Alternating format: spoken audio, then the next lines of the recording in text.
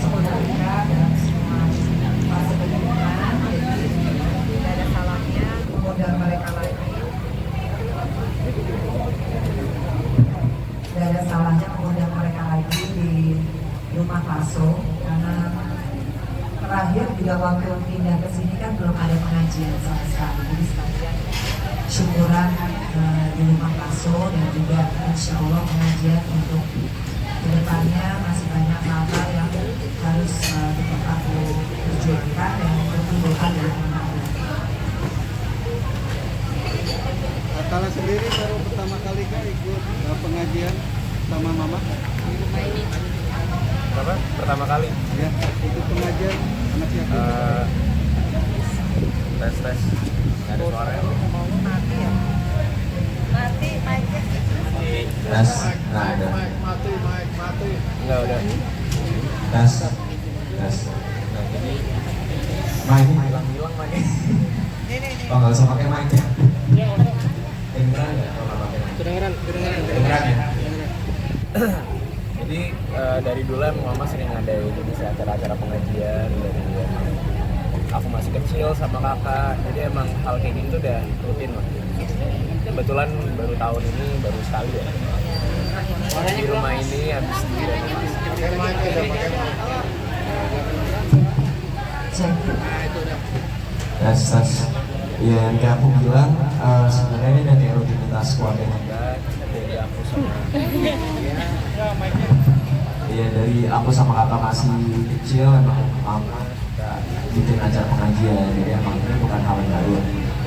tapi untuk tahun ini Dan di rumah yang habis direnovasi ini baru pertama kali sih. Mbak Vena, ini adalah bentuk syukur Mbak Vena ketika rumah sudah selesai dibangun. Mbak Vena juga udah sehat seperti ini, adalah bentuk syukur akhirnya mengajak para anak-anak yatim yang memang dahulu kala yang sering banget mendoakan Mbak Vena. Iya, jadi alhamdulillah kalau yang namanya anak-anak yatim kandang muda itu kan tahun dari awal aku masih belum ada tania, kemudian sekarang di rumah Paso lagi, karena rumah ini kan sebenarnya rumah kenangan juga ya, Dek ya. Jadi yang ada salahnya mengundang mereka, dan mudah-mudahan kedepannya aku lebih kuat, lebih sabar, lebih percaya diri lagi untuk menghadapi apapun. Jadi doa anak yatim aku yakini insya Allah dijabah sama Allah, karena kan kita lihat mereka berdoanya luar biasa. Tadi kita baca Yasin begitu semangat, dan mereka ini hafal Yasin ya. Kita aja masih baca alhamdulillah, dan mereka ini rata-rata anak-anak yang udah umroh dan haji. Jadi anak-anak luar biasa sih. Berapa banyak anak teman-teman anak yatim tadi Mbak Vena? Iya, tadi itu 52 anak. Kenapa 52? Karena usiaku tahun ini 51. Jadi harus ditambah 1. Jadi 52. Jadi memang sengaja dari dulu sama Pak Dwi pimpinannya aku selalu bilang kalau bisa anak-anak kecil. Anak-anak yang masih kecil aja udah tadi kan tahajud ya. Rajin tahajud, kemudian baca Quran ya. Aku sih sudah merasakan 10 tahun sama mereka didoakan tuh karena mereka semangat ya insya Allah ya. Dan aku kan juga di titik sekarang ini lebih terus mendekatkan diri sama Allah, sama-sama Roro juga, kita di fase yang sama ya Roro. Jadi sama-sama menguatkan, kalau malam-malam gak bisa tidur telepon-teleponan. Ya alhamdulillah punya sister Roro yang rumahnya juga dekat banget gitu. Semua takdir Allah ya, ya itu sih.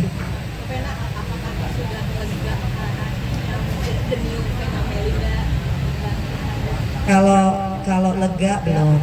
Saya masih di fase, kalau waktu itu fasenya masih fase survive ya. Kemudian ada fase shock, ada fase kayak menyalahkan diri sendiri. Kalau sekarang di fase yang menumbuhkan kepercayaan diri lagi bahwa ya ini harus aku lewatin. Jadi besok insya Allah kita terapi ya. Gimana Roro?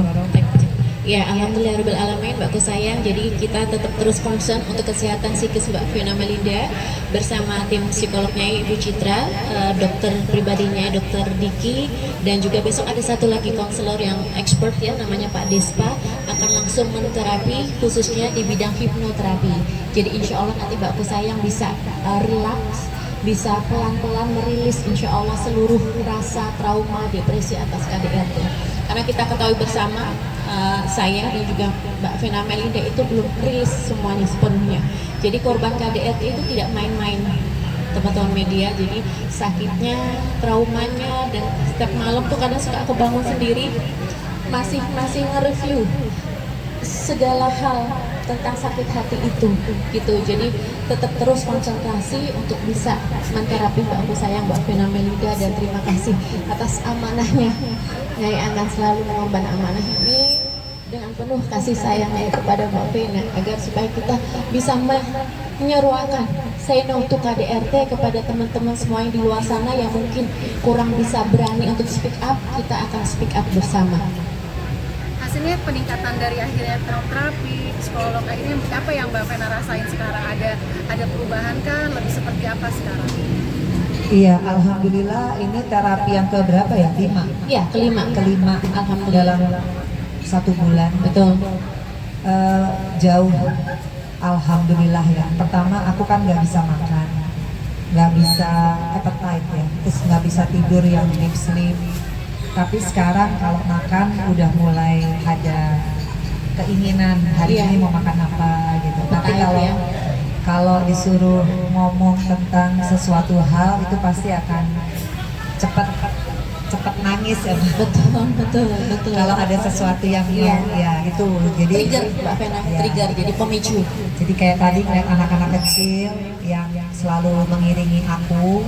Waktu itu kan kakak-kakaknya, karena 10 tahun yang lalu tuh mereka belum lahir kan ya. Jadi terus ngeliat mereka lagi aku kayak deja vu, karena waktu itu kan aku tahun 2013 tuh ingat banget Januari tuh masih sendirian, baru pisah, kemudian sendirian, anak-anak sempet jauh waktu itu, suffer banget, dan mereka lah nih, aku inget banget aku datang ke Kadang B, sampai akhirnya mereka yang datang ke apartemen, Masya Allah. sampai akhirnya detik ini, tapi dengan peristiwa yang berbeda.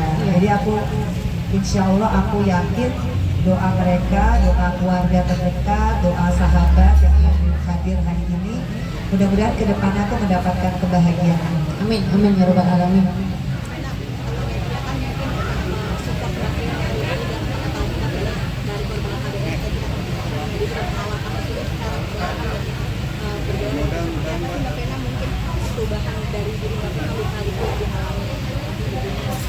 Iya, pokoknya saya kan sama wartawan udah kayak keluarga ya. Kalau sampai kemarin saya agak nggak mau wawancara, semata-mata saya ingin semuanya kondusif.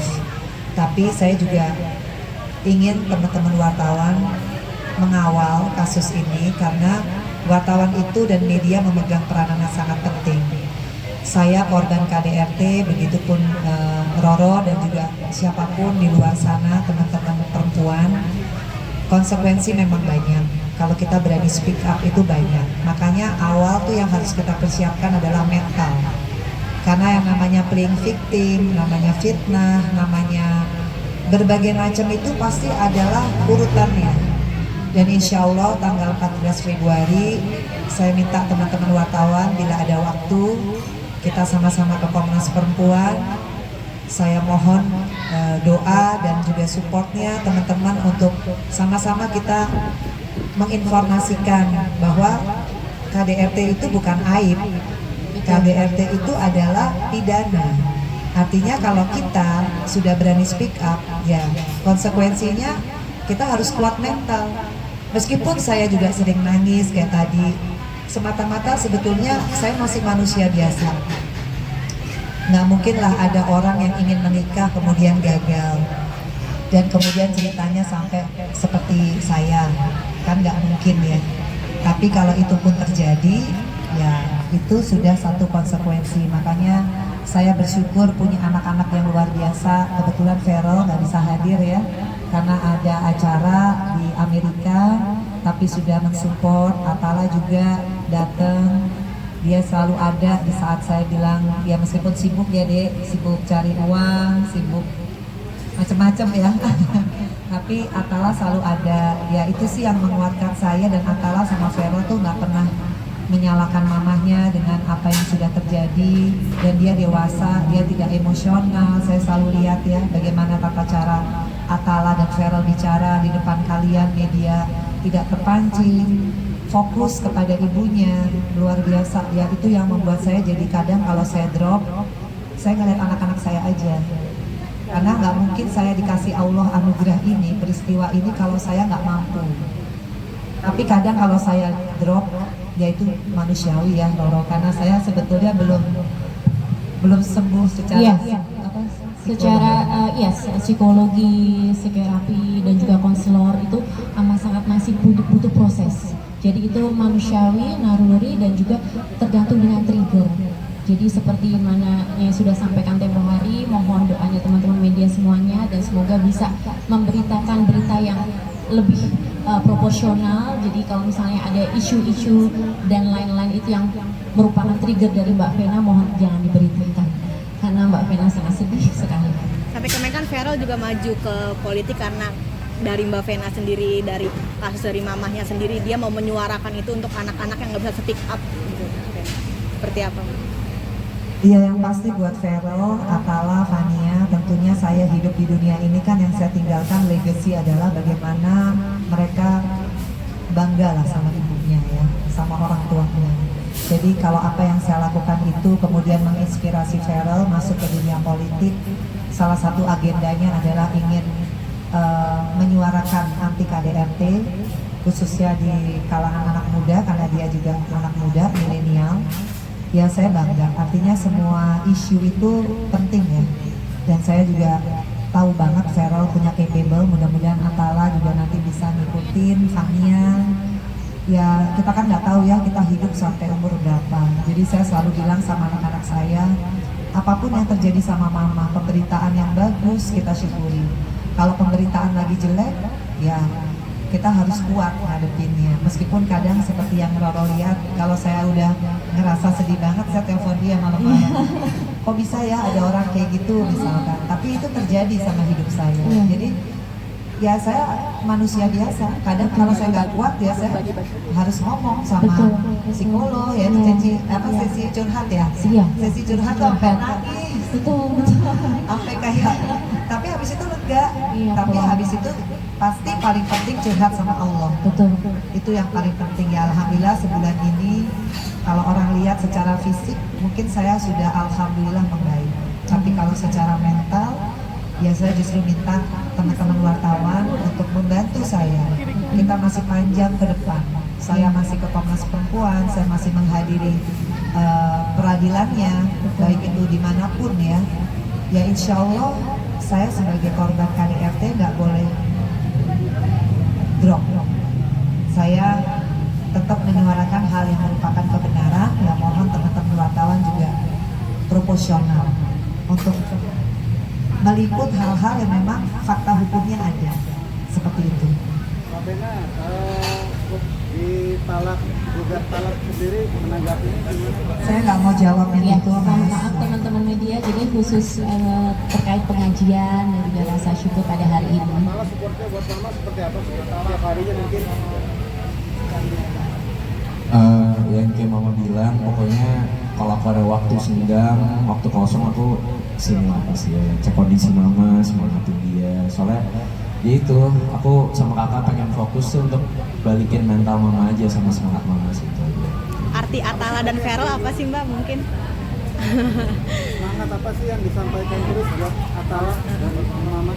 Ya pastinya kadang mungkin gak ngomongin masalah ini ya, kadang kita bisa discuss hal-hal lain atau enggak bercanda-bercanda aja gitu, yang apa yang bisa buat mama tuh lebih lega dan gak mikirin masalah. Tapi tetap aku support sama kakak, temenin mama terus, pokoknya temenin dan bikin mama sampai ini semua selesai. Bentuk Atala buat hibur mama biar mama tuh nggak murung nangis, biar bikin mama tuh ketawa lagi. Atala tuh punya cara apa sih kalau Ya aku selalu bercandain aja. Bercandain aja mama, bikin mama ketawa gitu. Sama ya makanya hari ini gimana, pengen ajak mama mungkin makan bareng, kan udah lama kita nggak makan ya di luar gitu. Itu hal-hal kecil aja sih menurut aku yang bisa bikin mama bahagia gitu. Ya, hari ini makanya aku nggak bawa pacar aku. Sama mama. Khusus buat mama berarti Iya ya. lah. Iya. Mbak Vena gimana tanggapannya dari yang tadi barusan sedikit? Ya, pokoknya saya juga terima kasih ya sama teman-teman wartawan. Kalian luar biasa lah, meskipun kita nggak keluarga gitu. Tapi saya ngerasain banget gitu ya, pemberitaan kalian tuh tetap berimbang. Ya, apa ya, kalau soal Atala, Vero, Fania tuh udah gift ya dari Allah. Sekarang tinggal gimana saya supaya nggak terpuruk secara mental, tetap harus kuat buat anak-anakku karena mereka masih butuh aku. Kalau yang gede-gede pasti butuh doa aku, yang kecil Fania pasti butuh aku didik. Jadi ya sekarang di titik terus memacu diri untuk bersyukur. Jadi healing sendiri ya. Kadang kalau sedih ngomong sendiri. Pernah saya juga kalau lagi sedih terus lagi semua pada sibuk gitu udah ngomongnya sendiri, udah bisa, nggak ada apa-apa gitu. Dan alhamdulillah healing itu juga boleh ya gitu ya, Boleh kayak sekali. ngomong gitu, nggak ada Iya. apa-apa gitu. Iya. Paling enggak ada tahap kita untuk bisa mengutarakan apa yang dipendam, karena kalau tidak diutarakan, even itu dengan diri sendiri, kita bisa lebih drop lagi depresinya. Mbak Vena mungkin udah pede keluar kah? Mungkin udah bisa interaksi sosial dengan masyarakat, seperti apa sih? Tahapnya udah di mana nih Mbak? Ya yang jelas saya belum bisa beraktivitas untuk cari uang ya, belum. Saya harus fokus dengan kasusnya, mudah-mudahan lancar. Tapi saya memang alhamdulillah jadi banyak sholat sunnah sih. Kemudian saya udah bilang sama Roro, insya Allah kita ikut pengajian Iya, ya. betul ya. Nah, dan kalau yang lain-lainnya saya memang belum bisa untuk terima job juga. Ya karena masih belum bingung ya mau terima jobnya gimana, masih hatinya masih kadang-kadang suka sedih aja masih. Carol udah hubungin Mbak Vena belum sih dari New York, dari Amerika? Oke, udah ya. Mbak Vena, terakhir doa apa yang mau disampaikan di acara syukuran ini?